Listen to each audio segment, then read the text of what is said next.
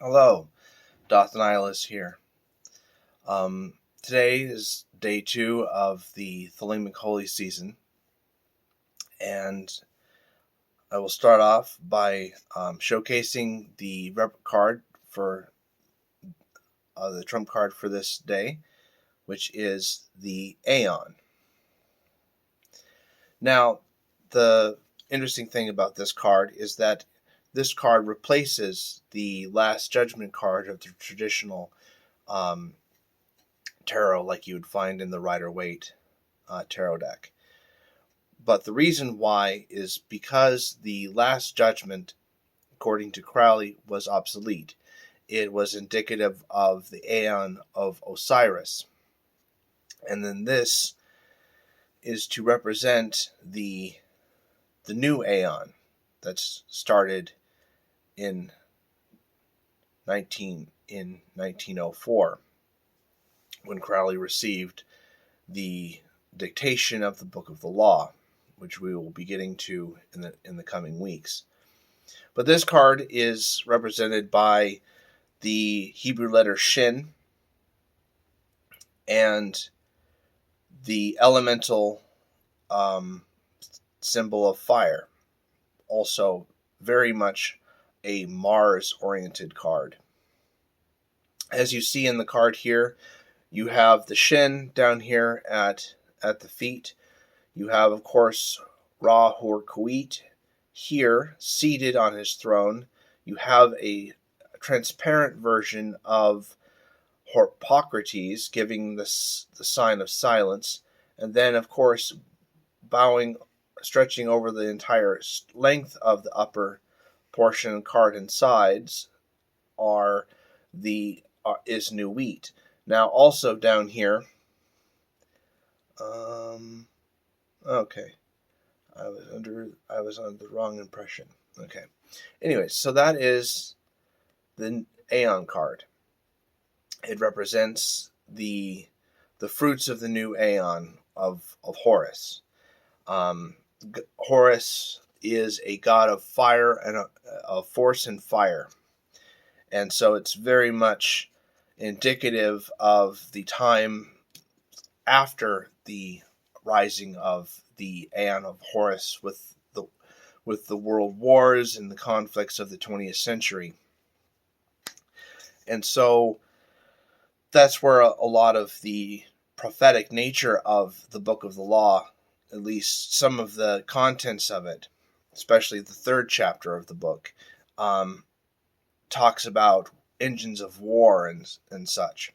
And that's how I interpret it. Everyone is allowed to everyone can interpret the Book of the Law, what it means for themselves, and that's really the fundamental and most important part of it, is that no one can tell you what it means, or if it means anything. I mean, when I first read the Book of the Law, I couldn't understand any of it.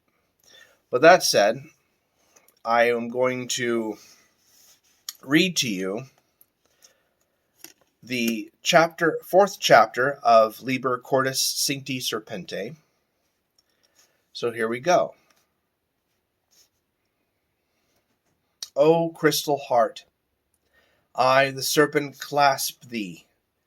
I drive home mine head into the central coil of thee, O God, my beloved. Even as on the resounding wind-swept heights of the Mytilene, some godlike woman casts aside the lyre, and with her locks aflame as the aureole, plunges into the wet heart of the creation. So I, O Lord my God, there is a beauty unspeakable in this heart of corruption, where the flowers are aflame. Ah me, but the thirst of thy joy parches up this throat, so that I cannot sing. I will make thee a little boat of my tongue, and explore the unknown rivers. It may be that the everlasting salt may turn to sweetness, and that my life may be no longer athirst. O ye that drink of the brine of your desire, ye are nigh to madness. Your torture increaseth as ye drink, yet still ye drink. Come up through the creeks up to the fresh water. I shall be waiting for you with my kisses. As the bezoar stone that is found in the belly of the cow, so is my love among lovers. O honey boy, bring me thy cool limbs hither. Let us sit a while in the orchard until the sun go down. Let us feast on the cool grass. Bring wine, ye slaves, that the cheeks of my boy may flush red. In the garden of immortal kisses, O thou brilliant one, shine forth. Make thy mouth an opium poppy. That one kiss is the key to the infinite sleep and lucid, the sleep of She-Lo-Am. In my sleep, I beheld the universe like a clear crystal without one speck. There are purse-proud, penniless ones that stand at the door of the tavern and prate of their feats of wine-bibbing. There are purse-proud, penniless ones that stand at the door of the tavern and revile the guests. The guests dally upon couches of mother of pearl in the garden. The noise of the foolish men is hidden from them. Only the innkeeper feareth lest the favour of the king be withdrawn from him. Thus spake the magister VVVVV unto Adonai his God, as they played together in the starlight over against the deep black pool that is in the holy place of the holy house beneath the altar of the holiest one. But Adonai laughed and played more languidly. Then the scribe took note and was glad. But Adonai had no fear of the magician and his play, for it was Adonai who had taught all his tricks to the magician. And the magister entered into the play of the magician. When the magician laughed, he laughed, all as a man should do. And Adonai said, Thou art enmeshed in the web of the magician. This he said subtly to try him. But the magister gave the sign of the magistry, and laughed back on him. O Lord, O beloved, did these fingers relax on thy curls, or these eyes turn away from thine eye? And Adonai delighted in him exceedingly. Yea, O my master, thou art the beloved of the beloved one.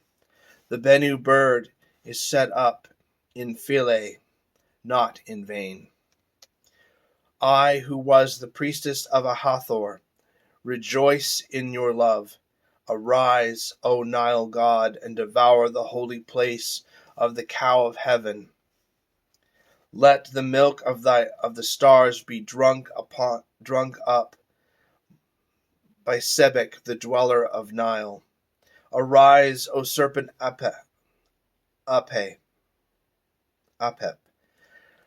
Thou art Adonai, the beloved one. Thou art my darling and my Lord. And thy poison is sweeter than the kisses of Isis, the mother of the gods. For thou art he, yea, thou shalt swallow up Asi and Asar, and the children of Ptah. Thou shalt pour forth a flood of poison to destroy the works of the magician. Only the destroyer shall devour thee.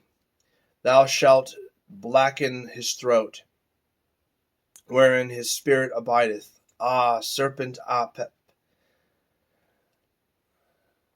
but I love thee. My God, let thy secret fang pierce to the marrow of the little secret bone that I have kept against the day of vengeance of Rahor, of Hurrah. Let Kephra sound his sharded drone. Let the jackals of day and night howl in the wilderness of time. Let the towers of the universe totter, and the guardians hasten away. For my Lord hath revealed himself as a mighty serpent, and my heart is the blood of his body. I am like a lovesick courtesan of Corinth. I have toyed with kings and captains, and made them my slaves. Today I am the slave of the little asp of death, and who shall loosen our love? Weary, weary, saith the scribe, who shall lead me to the sight of the rapture of my master? The body is weary, and the soul is sore weary, and sleep weighs down their eyelids. Yet ever abides the sure consciousness of ecstasy, unknown, yet known, in that its being is certain. O Lord, be my helper, and bring me to the bliss of the beloved. I came to the house of the beloved, and the wine was like fire that flieth with green wings through the world of waters. I felt the red lips of nature and the black lips of perfection. Like sisters they fondled me, their little brother. They decked me out as a bride. They mounted me for thy bridal chamber. They fled away at thy coming. I was alone before thee. I trembled at thy coming, O my God, for thy messenger was more terrible than the Death Star. On the threshold stood the fulminant figure of evil, the horror of emptiness, with his ghastly eyes like poisonous wells. He stood, and the chamber was corrupt. The air stank. He was an old and gnarled fish, more hideous than the shells of Abaddon. He enveloped me with his demon tentacles. Yea, the 8 fears took hold upon me. But I was anointed with the right sweet oil of the Magister. I slipped from the embrace as a stone from the sling of a boy of the woodlands. I was smooth and hard as ivory. The horror gat no hold. Then, at the noise of the wind of thy coming, he was dissolved away, and the abyss of the great void was unfolded before me. Across the waveless sea of eternity thou didst ride with thy captains and thy hosts. With thy chariots and horsemen and spearmen thou didst travel through the blue. Before I saw thee thou wast already with me. I was smitten by thy marvelous spear. I was smitten through by thy marvelous spear. I was stricken as a bird by the bolt of the thunderer. I was pierced as the thief by the Lord of the garden. O my Lord, let us sail upon the sea of blood. There is a deep taint beneath the ineffable bliss. It is the taint of generation. Yea, though the flower wave bright in the sunshine, the root is deep in the darkness of earth. Praise to thee, O beautiful dark earth. Thou art the mother of a million myriads of flowers. Also I beheld my God, and the countenance of him was 1,000-fold brighter than the lightning. Yet in his heart I beheld the slow and dark one, the ancient one, the devourer of his children, in the height and the abyss. O my beautiful, there is no thing, verily, there is no thing at all, that is not altogether and perfectly fashioned for thy delight. Light cleaveth unto light, and filth to filth. With pride one contemneth another, but not thou, who art all and beyond it, who art absolved from the division of the shadows. O day of eternity, let thy wave break in foamless glory of sapphire upon the laborious coral of our making. We have made us a ring of glistening white sand, strewn wisely in the midst of the delightful ocean. Let the palms of brilliance flower upon our island. We shall eat of their fruit and be glad. But for me, the lustral water, the great ablution, the dissolving of the soul in that resounding abyss. I have a little son like a wanton goat. My daughter is like an unfledged eaglet. They shall get them fins, that they may swim. O my beloved, swim far in the warm honey of thy being, O blessed one, O boy of beatitude. This heart of mine is girt about with the serpent that devoureth his own coils. When shall there be an end, O my darling? O when shall the universe and the Lord thereof be utterly swallowed up? Nay, who shall devour the infinite? Who shall undo the wrong of the beginning? Thou criest like a white cat upon the roof of the universe. There is none to answer thee. Thou art like a lonely pillar in the midst of the sea. There is none to behold thee. O thou who beholdest all, thou dost faint, thou dost fail, thou scribe, cried the desolate voice. But I have filled thee with a wine whose savour thou knowest not. It shall avail to make drunken the people of the old grey sphere that rolls in the infinite far off. They shall lap the wine as dogs that lap the blood of a beautiful courtesan pierced through by the spear of a swift rider through the city. I, too, am the soul of the desert. Thou shalt seek me yet again in the wilderness of sand. At thy right hand a great lord, and a comely. At thy left hand a woman clad in gossamer and gold, and having the stars in her hair. Ye shall journey far into a land of pestilence and evil. Ye shall encamp in the river of a foolish city forgotten, and there shall ye meet with me. There will I make mine habitation. As for bridal will I come bedecked and anointed. There shall the consummation be accomplished.